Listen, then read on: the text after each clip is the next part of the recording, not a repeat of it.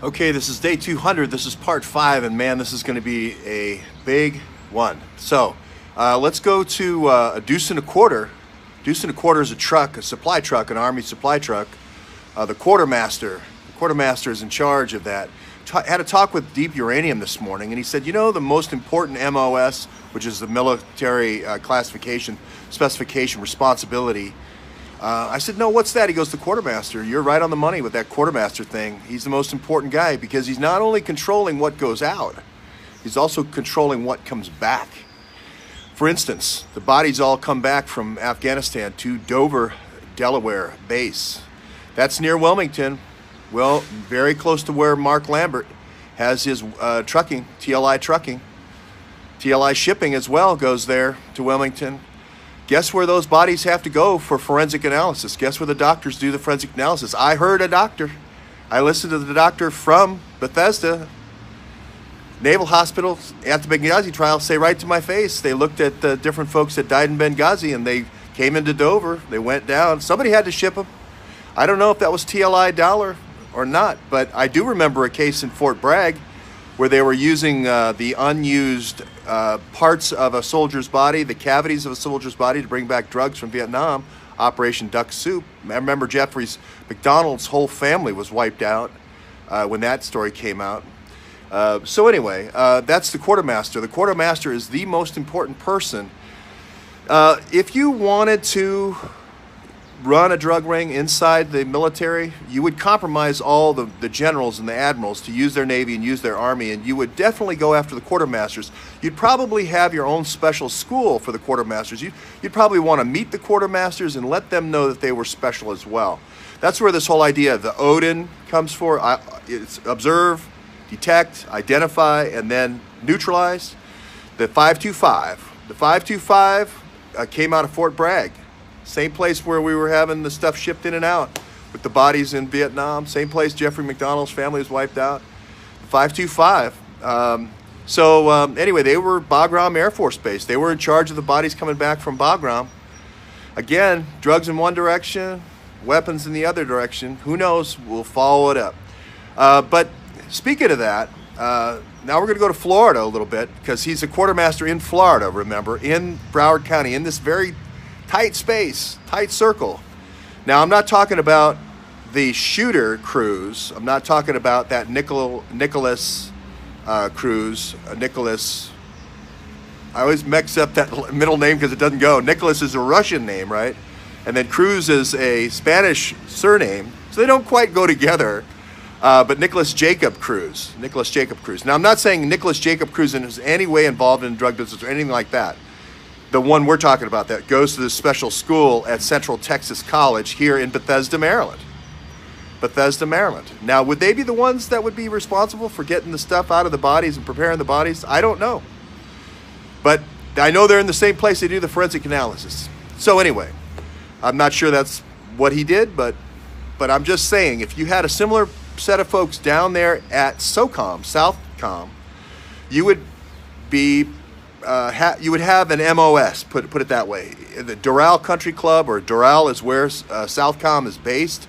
So it is conceivable that you would be moving people from a forensic headquarters here in Bethesda to different commands, unified commands around the world, and Southcom could be one of them. So he could have gone to Parkland for that reason. We don't know. We don't know. I'm just speculating. But I am saying that he did live on a thing called Terrace. Just think of a terrace. Terrace, Northwest Terrace, out by Mar-a-Lago, out by Trump's Parkland, Mar-a-Lago, right?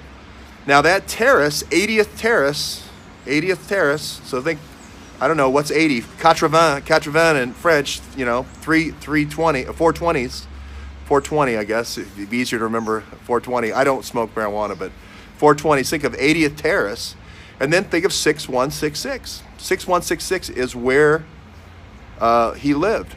And this is also the same address associated with the shooter, which is that Nicholas Jacob Cruz with the exact same name. Now, if you had an identity and you were running people through there every 9 months, I believe Roger Cruz is from Long Island, and then they moved down there, and I immediately thought Long Island serial killer once a year, you know, ritual killings, of course.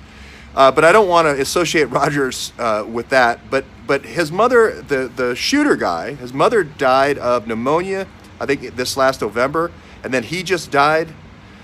So it's kind of weird circumstances that they were kind of this Magnitsky house, for lack of a better word. And I'm using Magnitsky now as a verb, which means Magnitsky means if I want to go and make sure a Russian oligarch comes back to visit me again and again, kind of like Disneyland. You give them a little teddy bear or some kind of reminder, and then they see it back at their home in wherever, Moscow, and they go, oh, I got to get back down to Gulfstream Park and so forth. Well, if you actually encourage them to, if you take women out to Mar-a-Lago or Doral or wherever, and you actually have them have babies with young, beautiful women, and then they go ahead and have kids in the area, you've got a Magnitsky. You've got a Magnitsky to come visit. Come back time and time again to visit your Magnitsky. So the Magnitsky almost becomes the same kind of pull that the Hamiltons were in. I know how crazy this sounds, but this is how the CIA thinks. You're going to find they're going back and visiting their Rosnefts. The Rosneft guys are going to have Rosnefts in Florida, and Magnitskys.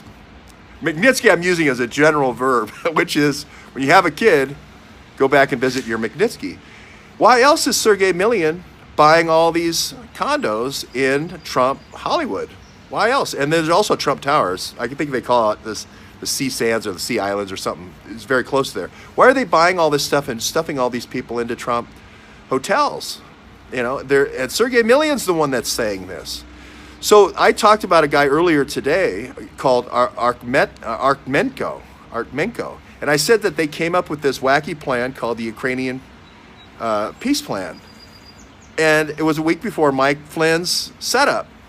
Well, it turns out I said that the Artmenko peace plan was shopped to Mike Flynn.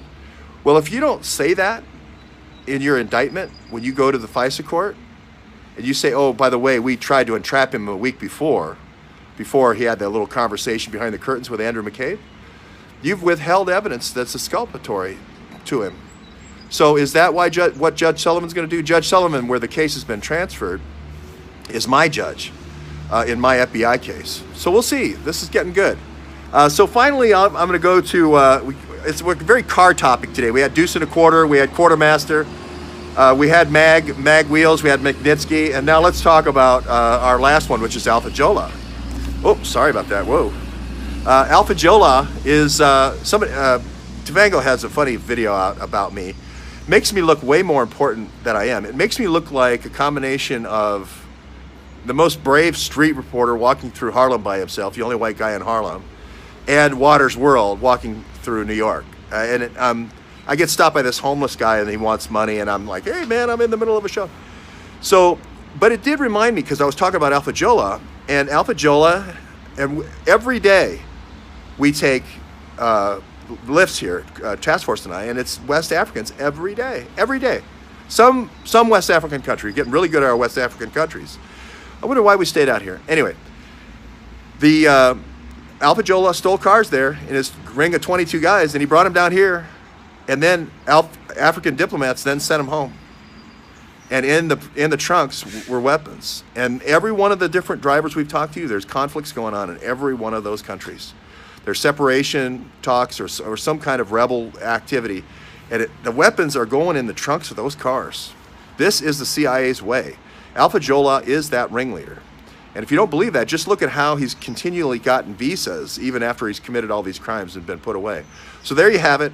Deuce and a quarter, QuarterMaster. You got your mag wheels, you got your Magnitskys now, and now finally you've got your Alpha Jola boosting the whole car. We're not just happy with wheels anymore. We're going to boost the whole car and send them all to Africa.